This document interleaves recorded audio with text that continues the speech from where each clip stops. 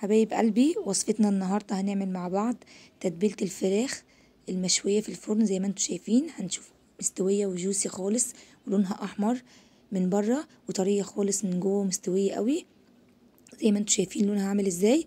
وهنعرف مع بعض ايه سر التتبيلة وايه سر الخلطة. زي ما انتوا شايفين مش مستحملة دايبة خالص ولونها احمر من بره كده وطرية وجوسي قوي قوي كده. زي ما انتوا شايفين شكلها عامل ازاي اهي، القلب بتاع من جوه شكله عامل ازاي والتتبيله بصوا الجمال. وهنشوف كمان هنعمل ازاي الرز بقى البسمتي، مش معجن ومفرفر خالص زي ما انتوا شايفينه كده في الحله. هنشوف طريقه الرز البسمتي اللي هو الرز المبهر، احلى كمان من رز المطاعم بكتير. زي ما انتوا شايفين كل دون اهو الرز، اهو الرز قدامنا اهو بعد ما اتغرف، والفراخ وسلطه الطحينه. هعملها لكم بقى في فيديو تاني طريقه سلطه الطحينه. وهنبدأ مع بعض الفيديو ونشوف بقى. ما تنسوش تفعلوا زر الجرس وتشتركوا في القناة وتعملوا لايك. يلا بينا عشان نبدأ وصفتنا يا حلوين. ونشوف معانا فرخة 4/4، انا مقطعاها 4/4 وغسلاها ومنضفاها وحطاها في محلول النقع بتاعها اللي هو الملح والليمون والخل ومعلقة كبيرة من الدقيق اهي. زي ما انتوا شايفين نضيفة اهي، بتغسل من بره ومن جوه. مقطعاها 4/4. هجيب بقى سكينة وهبدأ ان انا اعمل فيها فتحات عشان التتبيلة اللي انا هعملها تخش كل الفصوص من جوه. هبدأ ان انا لحد السكينة ما تبدأ ان هي تلمس العظم. انا بفتحها كده، يعني اللي بيحب يسيبها زي ما هي كده، انا بحب افتحها من النص من عند القلب بتاعها اهو كده، من عند العظمة. هبدأ ان انا افتحها عشان التتبيلة تبقى طايلة كل حتة الفرخة كلها. هبدأ افتحها ومن عند الكتف افتحها. لو في عظمة قدامك هتتكي عليها تبدأ تفتح خالص منك. هبدأ اعمل فتحات. لازم تكون منقوعة قبليها بساعة او ساعتين، تنقعيها في محلول الملح ده.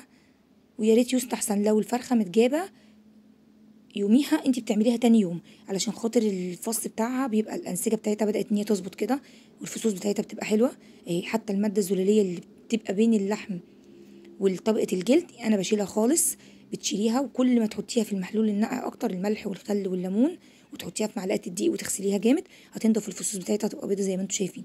كل الفتحات دي كلها بتساعد ان التتبيله بتخش جوه الفراخ وبتدي طعم احلى. انا بخلي السكينه تلمس العظم نفسه بتاع حته الفرخه. انا بفتحها فتحات كبيره، اللي مش عايز يفتحها كده ما يفتحهاش، بس هو الافضل انك تفتحوها كده، بتبقى جميله قوي وحلوه ونضيفه زي ما انتم شايفين، مغسوله ومنقوعه.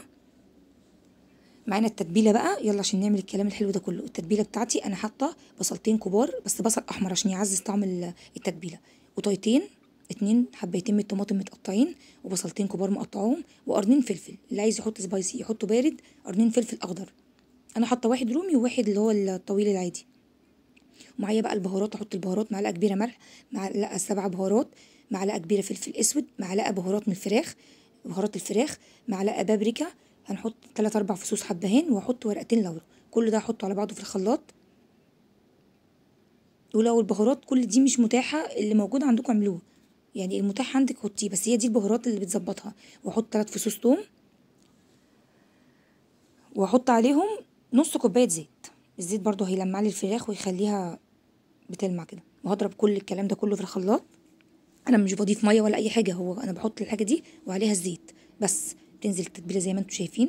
على فكره التتبيله اللي انا عاملاها دي تعمل لي فرختين 3، هي التتبيله كتير، تبقى موجوده. لو اتبقى منك كميه بتحطيها في الفريزر عادي، ما بتحصلهاش اي حاجه، في كيس في الفريزر طلعي وقت ما تكوني عايزاه اهو. ابدا بقى ان انا كل الفتحات اللي انا عاملاها انا باخد من التتبيله بتاعتي وابدا احط، ادعك اهي زي بكون بدلك الفرخه. ببدأ احطها بقى في كل حتة فيها، تحت الجلد وفي الفصوص نفسها، اهو كل القطع بتاعتي زي ما انتم شايفين، في حتت اللي هي الصدارة هي زي ما انتم شايفين كده. حتى لو الفرخة بتاعتك حجمها بيكون كبير، انت بتبقي متأكدة ان هي كل التتبيلة داخلة جوه الفرخة. والفرخة انا بسيبها، يعني انا بجيبها صبحة في يوميها بتبلها وبسيبها لتاني يوم.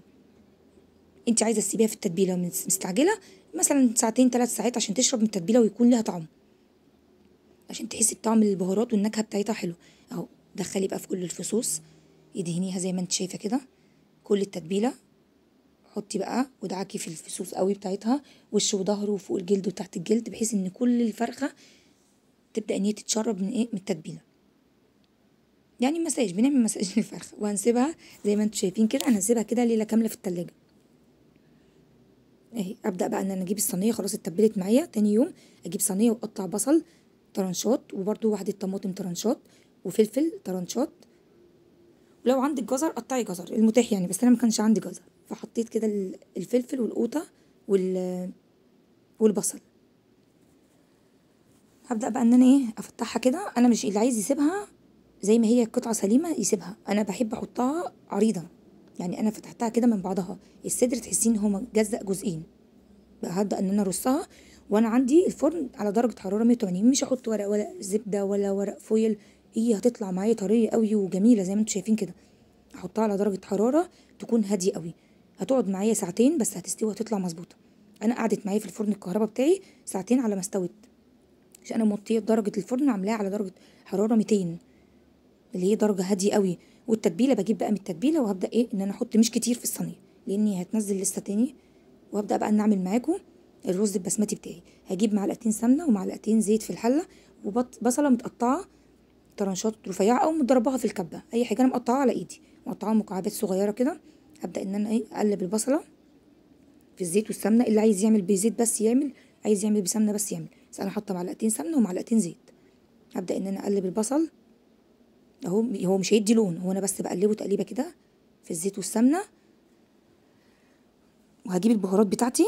انا جايبه عود قرفه وورق لورو ومرق الدجاج عشان انا مش عندي شوربه، ومعلقه كبيره 7 بهارات، معلقه كبيره بهارات كبسه، ومعلقه كبيره كركم يعني الملح، ومعلقه كبيره بهارات كبسه، ومعلقه كبيره ال7 بهارات، وثلاث 4 فصوص حبهان وورق اللورو وعود القرفه. لو مش عندك عود قرفه استبدلي القرفه بقرفه بودر عادي.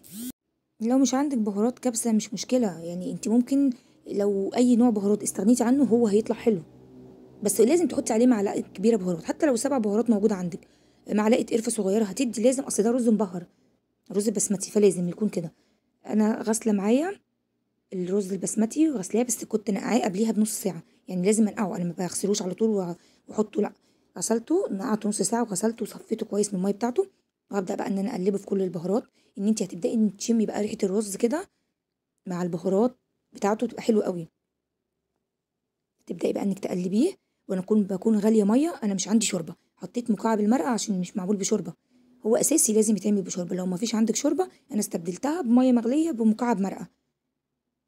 هبدا بقى ان انا احط الميه تكون مغليه عشان الرز بتاعنا تبقى سواه حلو. ما بحطش ميه بارده عليه، بحط عليه زي ما انتم شايفين ميه مغليه كده. هبدا اقلبه. انا عشان قاعد نص ساعه فمش هحتاج ان انا احط عليه شوربه كتير او ميه كتير. زي ما انتم شايفين كميه الميه اهي. هبدا بقى اغطي عليه لحد ما يغلي.